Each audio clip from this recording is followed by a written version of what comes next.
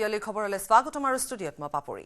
সন্ত্ৰাস আৰু সন্ত্ৰাসবাদী বিৰুদ্ধেহে ভাৰতৰ অপাৰেশ্যন সিন্দুৰ। অপাৰেশ্যন সিন্দুৰক লৈ নৌসেনা, স্থলসেনা আৰু বায়ুসেনাৰ যুটীয়া সংবাদমেলত এই মন্তব্য। ৭ মে'ত কেৱল সন্ত্ৰাসবাদী ঘাটিহে ভাৰতীয় সেনাই ধ্বংস কৰিছিল, কিন্তু পাকিস্তানে ভাৰতৰ মিলিটাৰীৰ ওপৰত আক্ৰমণ কৰিছিল। পাকিস্তানৰ আক্ৰমণৰ হে প্ৰত্যাক্ৰমণ কৰিছিল ভাৰতীয় সেনাই। পাকিস্তানৰ ড্ৰোন, মিছাইল আক্ৰমণত ভাৰতীয় সেনাই প্ৰতিহত কৰিছে। চীনত নিৰ্মিত যুদ্ধৰ অস্ত্ৰও ভাৰতে ধ্বংস কৰিছে। পাকিস্তানে ভাৰতৰ নিৰীহ জনতাকো টাৰ্গেট কৰি লৈছিল। ভাৰতৰ এয়াৰ ডিফেন্স সিস্টেমে চীনা ড্ৰোন ধ্বংস কৰিছে। ভাৰতৰ আক্ৰমণত বিধ্বস্ত নুৰ খান এয়াৰবেছ, ৰহিমিয়া খান এয়াৰবেছ, শিৱচুৰী মন্দিৰৰ ভক্তকো পাকিস্তানে আক্ৰমণৰ চেষ্টা চলাইছিল। ভাৰতে LOC আৰু সীমা অতিক্ৰম নকৰালৈ প্ৰত্যাক্ৰমণ হৈছিল পাকিস্তানৰ। পাক সেনাক BSFেও প্ৰত্যুত্তৰ দিছিল। আৰৱ সাগৰতো তীক্ষ্ণ নজৰ ৰাখিছিল নৌসেনাই। সন্দেহজনক জাহাজ প্ৰৱেশত বাধা দিছিল নৌসেনাই। যিকোনো অপাৰেশ্যনৰ বাবে সষ্টম হৈ আছে ভাৰতীয় বায়ুসেনা। নৌসেনা, স্থলসেনা, বায়ুসেনাৰ যুটীয়া সংবাদমেলত এই মন্তব্য। Yesterday, we had a detailed brief on the successful joint operations that were carried out to destroy the terror infrastructure in Pakistan-occupied Jammu and Kashmir, as well as in Pakistan itself. We also iterated that our fight was with terrorists and their support infrastructure and not with Pakistan military. However, it is a pity that the Pakistan military chose to intervene and bat for the terrorists, which compelled us to respond in kind. दोस्तों, हमारी लड़ाई आतंकवाद और आतंकवादियों के खिलाफ थी। इसलिए 7 मई को हमने केवल आतंकवादी ठिकानों पर ही हमला किया था। पर अफसोस इस बात का है कि पाकिस्तानी सेना ने आतंकवादियों का साथ देना उचित समझा और इस लड़ाई को अपनी लड़ाई बना ली। इस परिस्थिति में हमारी जवाबी कार्यवाही अत्यंत आवश्यक थी और इसमें उनका जो भी नुकसान हुआ वे खुद इसके लिए जिम्मेदार हैं। हमारी तरफ से हमारी एयर डिफेंस सिस्टम्स देश के लिए दीवार की तरह खड़ी थी और इसको भेदना दुश्मन के लिए नामुमकिन था। This brings me to the point: how have Indian forces managed to minimize the damage to both civilian and military infra in the country, in spite of the unrelenting efforts by the Pakistani forces? Most of you and the majority populace within the country have had a lot to say about the layered and integrated air defense systems put in place by the Indian Armed Forces, which includes the assets of the Indian Army, the Indian Navy, in addition to the primary air defense assets of the Indian Air Force.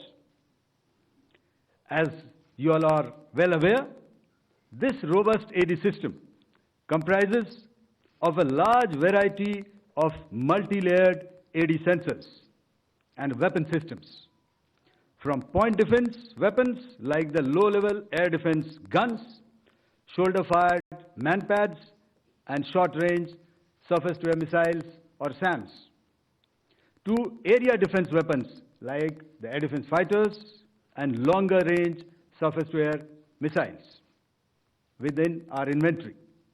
Additionally, the numerous waves of drones and unmanned combat aerial vehicles employed by Pakistan were also thwarted by the indigenously developed soft and hard kill counter-US systems and the well-trained Indian air defense personnel.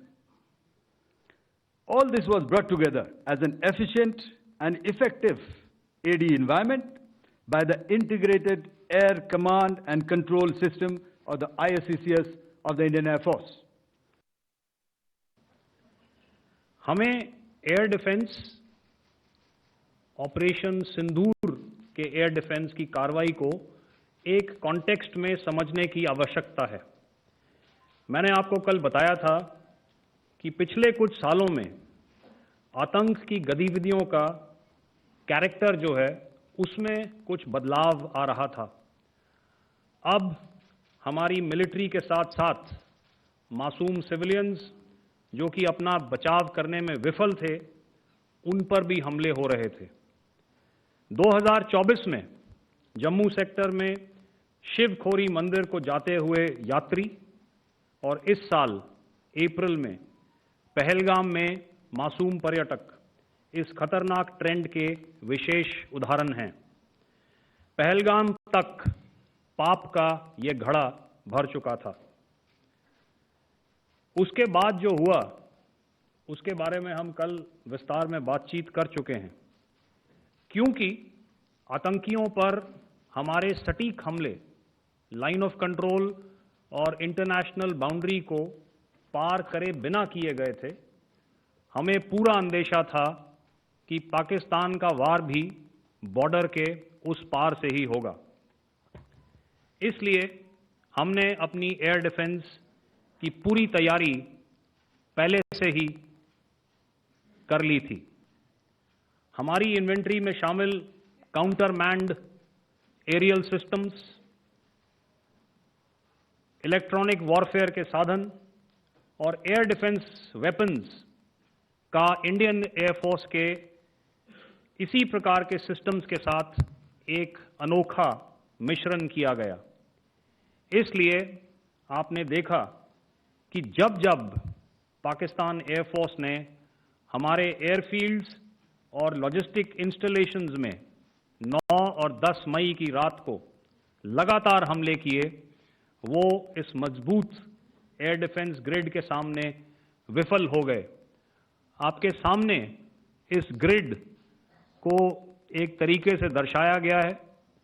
आप देख रहे हैं कि international boundary से कितनी layers, radars, counter unmanned aerial systems, उसके पीछे shoulder fired weapons, हमारे विंटेज एयर डिफेंस वेपन्स जो कि काफ़ी सालों से हमारी सेना में हैं। एयर मार्शल भारती ने भी उसके बारे में बात करी। और लास्ट में हमारे modern air defence weapon systems. तो कोई मौका नहीं था कि पाकिस्तान एयरफोर्स ये मल्टी टीयर डिफेंस को पार करके पीछे हमारी एयरफील्ड्स या लॉजिस्टिक इंस्टॉलेशंस को टारगेट कर पाए। तो अगर आप सारे सिस्टम्स को पार कर भी गए तो आपको फिर भी एयरफील्ड या लॉजिस्टिक इंस्टॉलेशन या जो भी चीज़ को आप टारगेट कर रहे हैं उसमें पहुंचने से पहले कोई ना कोई इस लेयर्ड ग्रिड का सिस्टम जरूर गिरा देगा। जो दुर्दशा कल आपने पाकिस्तान एयरफील्ड्स की देखी और शायद आज भी एयर मार्शल भारती की प्रेजेंटेशन में, हमारी एयरफील्ड्स हर प्रकार से ऑपरेशनल हैं। यही नहीं, पाकिस्तान के ड्रोन्स और वेपनाइज्ड यूएवीज से की गई हमलावर कोशिशें भी इस ग्रिड के कारण नाकाम हुई और जो बचे कुचे ड्रोन्स थे उन्हें हमारे शोल्डर फायर्ड हथियारों से मार गिराया गया। मैं यहां पर अपनी बॉर्डर सिक्योरिटी फोर्स की भी सराहना करना चाहता हूं। उनके डायरेक्टर जनरल साहब से लेकर बॉर्डर पर तैनात बीओपी पर पहरा देने वाले आखिरी जवान भी हमारे इस अभियान में बढ़ चढ़कर शामिल हुए और बहुत बहादुरी से उन्होंने हमारा साथ दिया। उनके काउंटर अनार्म्ड सिस्टम्स भी हमारे इस मल्टी टियर्ड एयर डिफेंस ग्रिड का हिस्सा थे, जिसके कारण पाकिस्तान की नापाक हरकतों का विनाश किया गया। आपने सुना ही होगा, जब हौसले बुलंद हों तो मंजिलें भी कदम चूमती हैं। In the end, I would like to highlight again that in every single domain that Operation Sindhur has been prosecuted, there has been absolute synergy between the three services. Not only have we, in this endeavor, been fully supported by our government, departments, and agencies, I cannot here not mention our 140 crore countrymen that have stood behind us with their prayers and goodwill, urging and inspiring us to achieve our mission and objectives. For that, we salute you. You are indeed the best. Jai Hind. The Indian Navy operates as a composite network force capable of simultaneously addressing threats emanating from all domains, that is air, surface and subsurface, through amalgamation of advanced sensors synchronized on the combat management systems. In effect, the maritime force is able to ensure persistent surveillance, detection and identification for a comprehensive maritime domain awareness, including the airspace. Effectively using multiple sensors and inputs, we are maintaining continuous surveillance to degrade or neutralize threats as they emerge or manifest, to ensure targeting at extended ranges. All these are conducted under the umbrella of a comprehensive and effective layered fleet air defense mechanism that caters for all threats, be it drones or high-speed missiles or aircraft, both fighters as well as surveillance aircraft. The fleet operates as a composite force, maintaining a surveillance bubble at extended ranges using advanced radars. Any aerial target that attempts to penetrate this bubble is detected and identified using various techniques and technologies, affording quick and clear distinction between commercial, neutral, and hostile aircraft or flying objects at ranges in excess of the anticipated attack range. The Carrier Battle Group, with its integral air wing, provides the first layer of this layered mechanism. Adequately equipped and trained to high degree of proficiency, our pilots are able to operate both by day and night. In the current standoff, the presence of our aircraft carrier with large number of MiG-29K fighters and airborne early warning helicopters prevented any suspicious or hostile aircraft to close the Carrier Battle Group within several hundred kilometers. अगर मैं सरल शब्दों में बोलूं तो कोई भी संदिग्ध और दुश्मन के हवाई जहाज को कैरल बैटल ग्रुप के कई सौ किलोमीटर पास आने का मौका नहीं दिया. Over the past few years, and most importantly, immediately after the cowardly incident by Pakistani-sponsored terrorist attack at Pahalgam, we had validated our anti-missile and anti-aircraft defense capability in a complex threat environment using cross-platform cooperative mechanism. Our powerful carrier battle group with formidable offensive capability was able to operate with impunity and maintained an uncontested presence in the area of operations. Effectively, it compelled the Pakistani air elements to remain bottled up close to the Makran coast, denying any opportunity to be a threat in maritime space. The Indian Navy maintains a credible capability to detect, identify, and neutralize any aerial platforms that threaten our units at sea. To sum up, the Indian Navy's dominance thus ensured that, should we choose to, we can strike at will.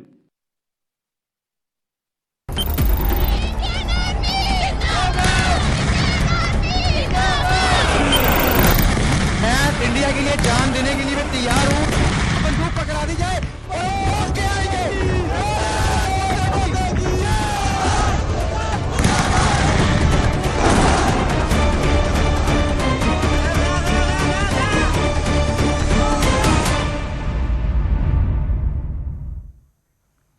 Bharat Pakistan সংঘাত সংঘাতৰ পৰিপ্ৰেক্ষিতত 7 মেৰ পুৱাৰ পৰা বন্ধ ৰখা দেশৰ 32টা বিমানবন্দৰত পুনৰ মুকলি কৰিছে ভাৰতে পাকিস্তানৰ আক্ৰমণৰ পৰিপ্ৰেক্ষিতত সাময়িকভাৱে বিমান সেৱা স্থগিত ৰাখিছিল 32টা বিমানবন্দৰত 15 মেলৈকে বিমান সেৱা বন্ধ ৰখা হৈছিল বিমানবন্দৰ কেইটাৰ পৰা শেহতীয়াকৈ পাকিস্তানে বুজাবুজিত উপনীত হোৱাত পুনৰ অসামৰিক বিমান পৰিবহণ সেৱা মুকলি কৰাৰ সিদ্ধান্ত লৈছে অসামৰিক বিমান পৰিবহণ মন্ত্ৰালয় বৰ্তমান বাণিজ্যিক বিমান সংস্থাসমূহে পুনৰ বিমান সেৱা আৰম্ভ কৰিছে উল্লেখযোগ্য যে সাম্প্ৰতিক পৰিস্থিতিৰ প্ৰতি লক্ষ্য ৰাখি 15 মাৰ্চৰ বিয়লি 5:29 অসামৰিক বিমান সেৱা বন্ধ ঘোষণা কৰিছিল উত্তৰ ভাৰতৰ মুঠ 32টা স্পৰ্শকাতৰ বিমানবন্দৰৰ পৰা পুনৰ সেৱা আৰম্ভ হৈছে যাত্ৰীসকলে তেওঁলোকৰ যাত্ৰাৰ সবিশেষ অনলাইনত চেকিং কৰিব পাৰিব চণ্ডীগড় শ্ৰীনগৰ অমৃতসৰ লুধিয়ানা ভুন্তাৰ কিষেনগড় पटियाला शिमला धर्मशाला भटिंडा जैसलमेर जोधपुर ले बीकानेर पठानकोट जम्मू जामनगर और भुज विमानबंदर मुकली करा हुइसे उल्लेखযোग्য যে বিমান সেৱা বাতিল কৰাৰ পাছতে বিমান সংস্থাসমূহে 5 সৰু অধিক বিমান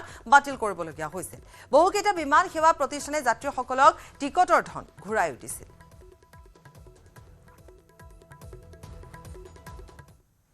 গুৰুত্বপূৰ্ণ খবৰ আজি দেশবাসীক সম্বোধন কৰিব প্ৰধানমন্ত্ৰী মোদী অপাৰেচন সিন্দুৰৰ পাছত প্ৰথমবাৰৰ বাবে দেশবাসীক সম্বোধন কৰিব মোদীয়ে নিশা 8 বজাত প্ৰধানমন্ত্ৰীয়ে সম্বোধন কৰিব দেশবাসীক পুনৰ এবাৰ উল্লেখ কৰিছো যে আজি দেশবাসীক প্ৰধানমন্ত্ৰী মোদীয়ে সম্বোধন কৰিব আৰু অপাৰেচন সিন্দুৰৰ পাছত প্ৰথমবাৰৰ বাবে দেশবাসীক সম্বোধন কৰিব মোদীয়ে নিশা 8 বজাত প্ৰধানমন্ত্ৰীয়ে সম্বোধন কৰিব দেশবাসীক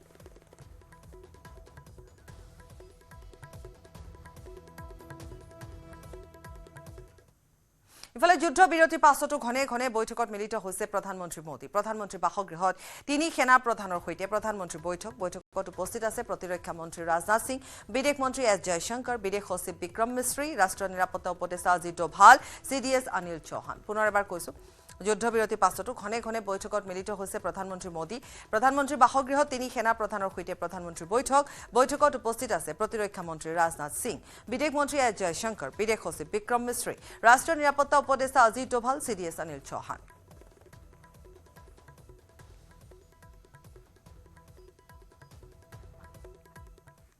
বিয়লি 5 বজালৈ পিছুৱালে 2 ডিজিএমৰ বৈঠক 12 বজাত হোৱাৰ কথা আছিল ডিজিএমৰ বৈঠক শনিবাৰৰ বৈঠকতে আজি দুপৰীয়া পুনৰ বৈঠকত মিলিত হোৱাৰ সিদ্ধান্ত হৈছিল শনিবাৰৰ 2 ডিজিএমৰ কেইবা ঘণ্টা ধৰি বৈঠকৰ অন্তত যুদ্ধ বিৰতি হৈছিল আজি 2 ডিজিএমৰ দ্বিতীয় পৰ্যায়ৰ আলোচনা ভাৰতৰ ডিজিএমও তথা অপাৰেচন সিন্দুৰৰ সামৰিক অভিযানৰ সঞ্চালক প্ৰধান লেফটেনেণ্ট জেনেৰেল ৰাজীৱ ঘাই আৰু পাকিস্তানৰ DGMO major general Kashif Chaudhry Bharat পাকিস্তানৰ মাজত 4 দিন ধৰি চলা আক্ৰমণ প্ৰত্যাক্ৰমণৰ পাছত শনিবাৰে 2 ডিজিএমই ফোন যোগে আলোচনাত মিলিত হৈ স্থল বায়ু আৰু জলভাগত আক্ৰমণ প্ৰত্যাক্ৰমণৰ অৱসান ঘটাইছিল শনিবাৰে উপনীত হোৱা বুজাবুজি সন্দৰ্ভত আজি পুনৰ 2 ডিজিএম আলোচনা হ'ব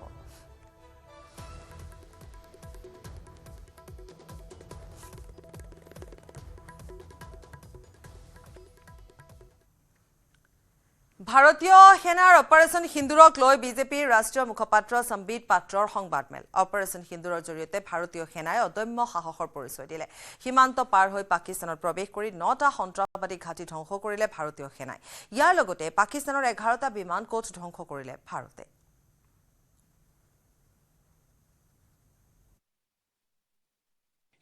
पहली बार विश्व में किसी देश ने एक न्यूक्लियर कंट्री के अंदर घुस करके उनके एयर बेसेस को समाप्त करने का काम किया पाकिस्तान एक न्यूक्लियर कंट्री है उसके अंदर घुस करके उनके एयर बेसेस को 20% पाकिस्तान के एयरफोर्स के इंफ्रास्ट्रक्चर को भारतवर्ष ने नाकाम कर दिया 20% of PAF's infra was destroyed by India.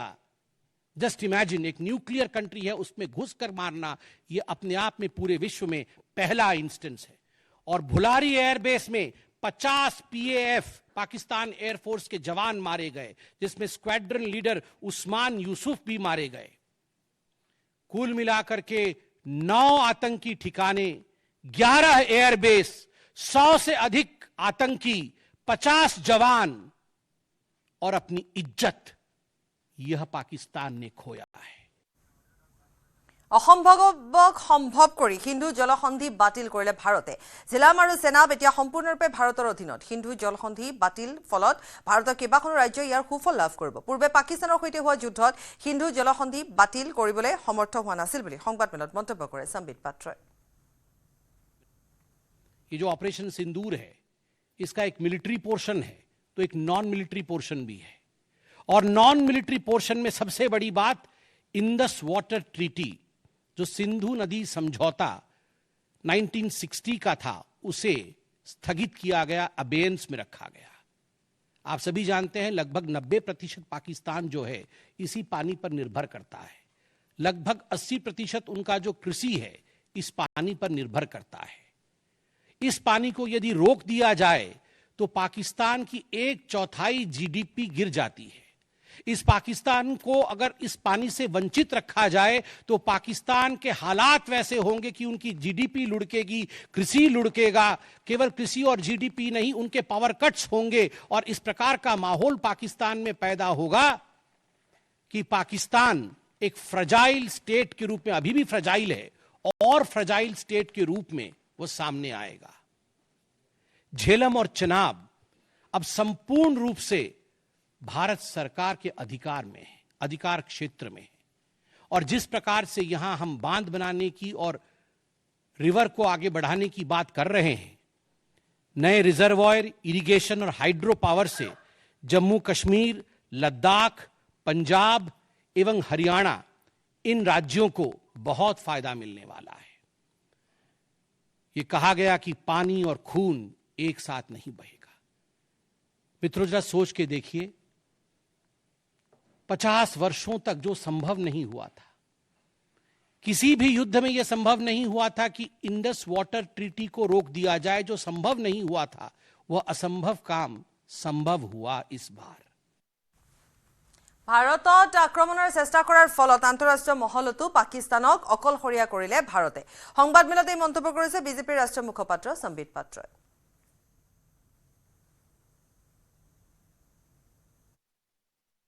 माननीय प्रधानमंत्री श्री नरेंद्र मोदी जी ने लगभग 20 देशों के राष्ट्राध्यक्षों से सीधी बातचीत की।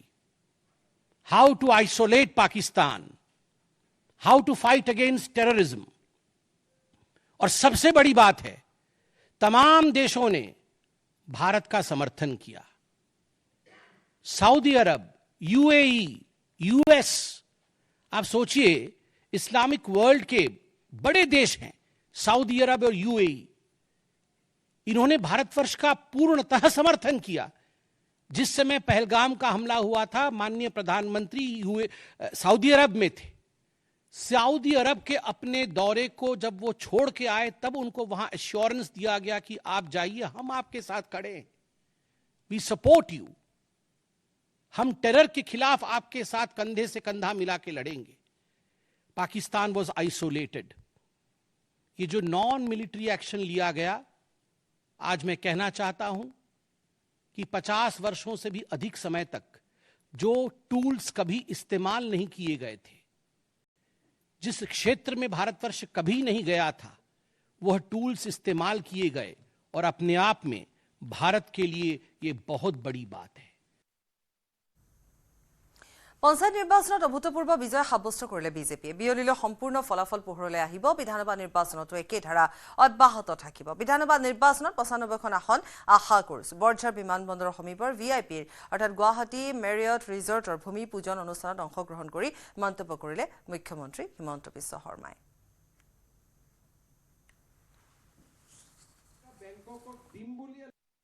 পঞ্চায়ত নিৰ্বাচনৰ কাউন্টিং চলি আছে। গধূলিলৈকে হয়তো সম্পূৰ্ণ পিকচাৰটো আমি পাম।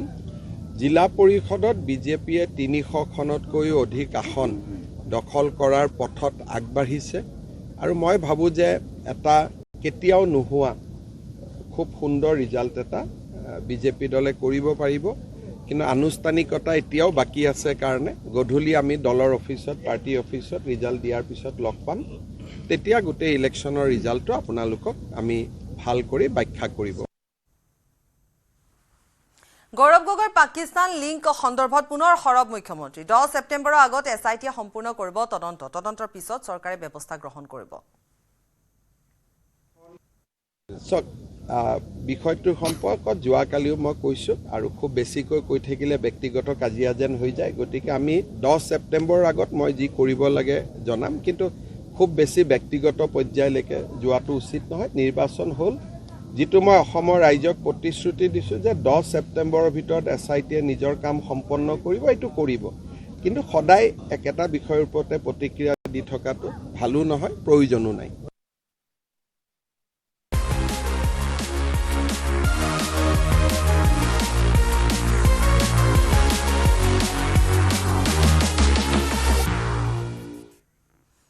এতিয়াও কেইবাটাও কেন্দ্ৰত অন্ত পৰাই নাই ভোট গণনা। দেওবাৰে পুৱা 8 বজাত আৰম্ভ হৈছিল পঞ্চায়ত নিৰ্বাচনৰ ভোট গণনা। জিলা পৰিষদ, আঞ্চলিক পৰিষদ উভয়তে অধিকাংশ আসনত বিজেপি প্ৰাৰ্থী বৃহৎ জয়লাভ। বহু আসনত আগবাঢ়ি আছে বিজেপি সমৰ্থিত প্ৰাৰ্থী। বেলট পেপাৰ হোৱাৰ বাবে বিলম্ব হৈছে ভোট গণনাত। অধিকাংশ আসনতে বিজেপি প্ৰাৰ্থীয়ে জয়লাভ কৰিছে। বহু আসনত বিজেপি সমৰ্পিত প্ৰাৰ্থী আগবাঢ়িয়ে আছে। গতিকে বেলট পেপাৰ হোৱাৰ বাবে কিছু সময় লাগিছে। নিশা পৰ্যন্ত পঞ্চায়ত নিৰ্বাচনৰ ভোট গণনা অব্যাহত আছে আৰু বিলম্ব হৈছে একমাত্ৰ বেলট পেপাৰৰ বাবে। কিছু অসুবিধাৰ সৃষ্টি হৈছে বেলট পেপাৰৰ বাবে। বহু ঠাইত বহুতে জনা নাই বেলট পেপাৰত দিবৰ বাবে। গতিকে এইসমূহ বিভিন্ন কাৰণ আছে আৰু এই কাৰণসমূহৰ বাবে কিছু পলম হৈছে।